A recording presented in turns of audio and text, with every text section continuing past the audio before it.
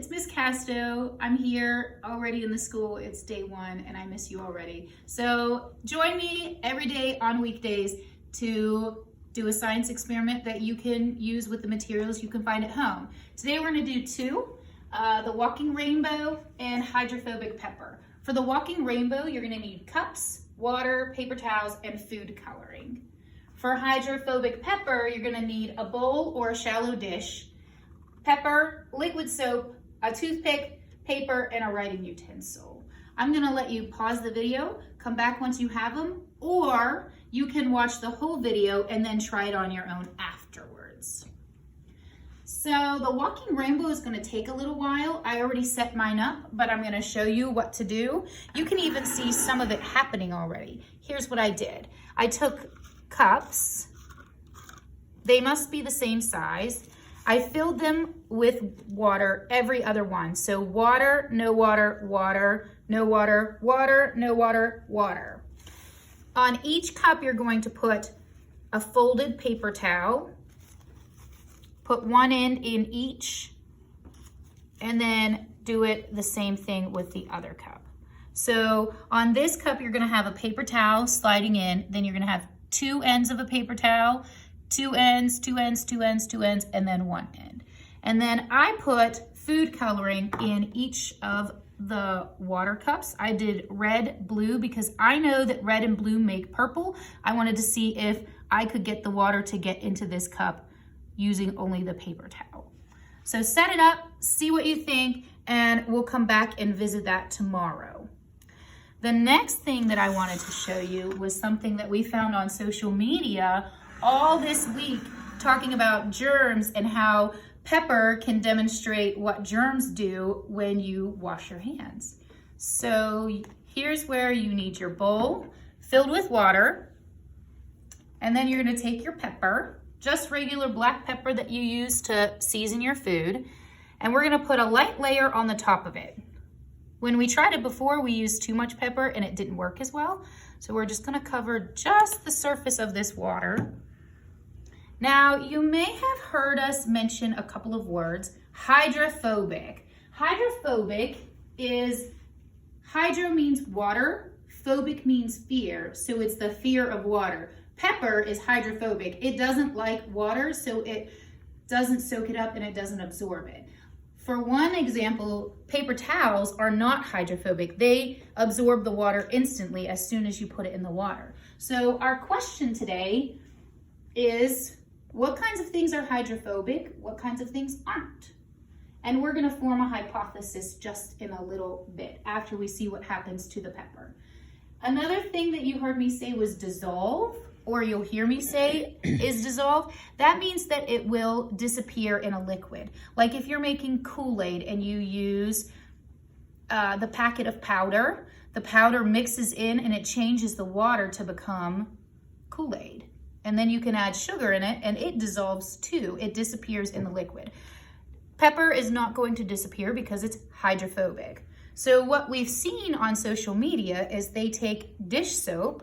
I have Dawn here, and they take it, put their finger or something. I'm gonna use a toothpick. This is where you don't have to have a toothpick if you couldn't find one. You could just dip your finger in and see if it works the same way.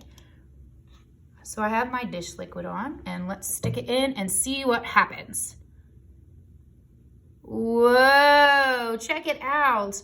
All of the pepper went away from the dish liquid.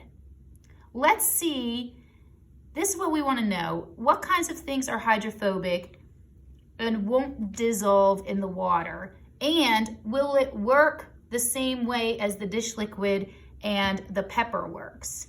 So I'm going to scooch this off to the side. I'm gonna have you pause for just a second. We need to fill some cups with water so we can see if other things will do the same thing that the pepper does.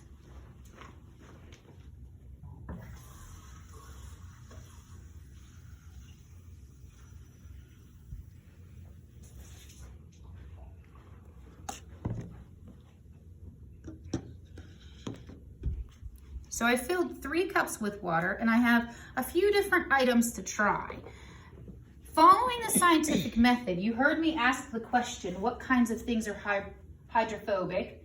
We are forming a hypothesis now. I want to know, will glitter be hydrophobic? Will baking soda be hydrophobic? Those are the things I'm going to test. You can test things in your house, whatever you can find. You can dump them in the water and try and see if it acts the same way that the pepper does.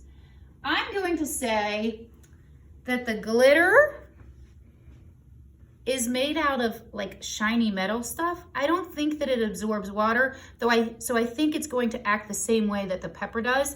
Baking soda, I know when I put it in water before, it kind of disappears, so it's going to dissolve. I don't think it's going to react the same way. There's my hypothesis. Now I'm going to create and conduct an experiment. When you do an experiment, you only want to change one variable. So I have 3 cups of water here, but I only have 2 things. I'm only changing the variable of the pepper, and I'm making it either glitter or baking soda. So I'm gonna try the pepper one time in a small glass because I don't wanna change from a big bowl to a small bowl. It might be different. So I'm just gonna put a little bit of pepper on here and try it again. So I have my toothpick covered in Dawn dish liquid, and I'm gonna see if it does the same thing. Let's see.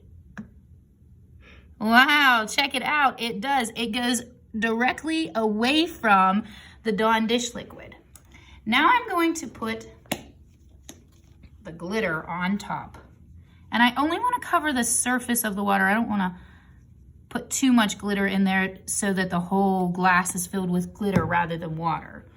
Now I'm going to take and put my Dawn dish soap covered toothpick in, and let's see if it does the same thing.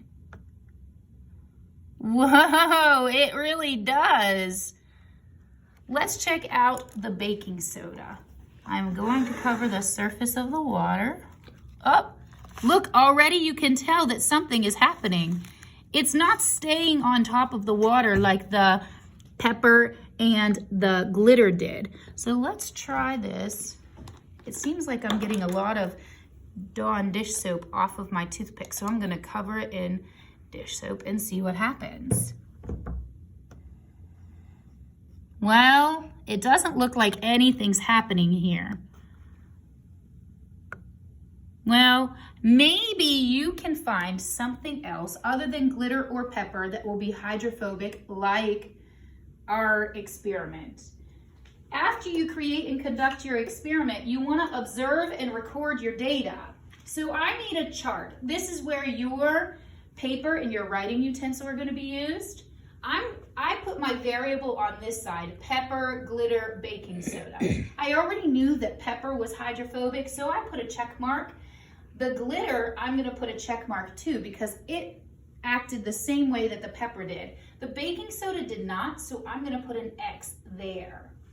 Now we're going to analyze and conclude our experiment. We're going to say, once I looked at my data, I see that pepper and glitter are both hydrophobic and baking soda is not. I'm going to say that that's because pepper and glitter, they repel water, like aluminum foil would repel water, or that might be why you wear a raincoat outside in the rain, because it would repel water instead of soaking it up like a cotton t-shirt would.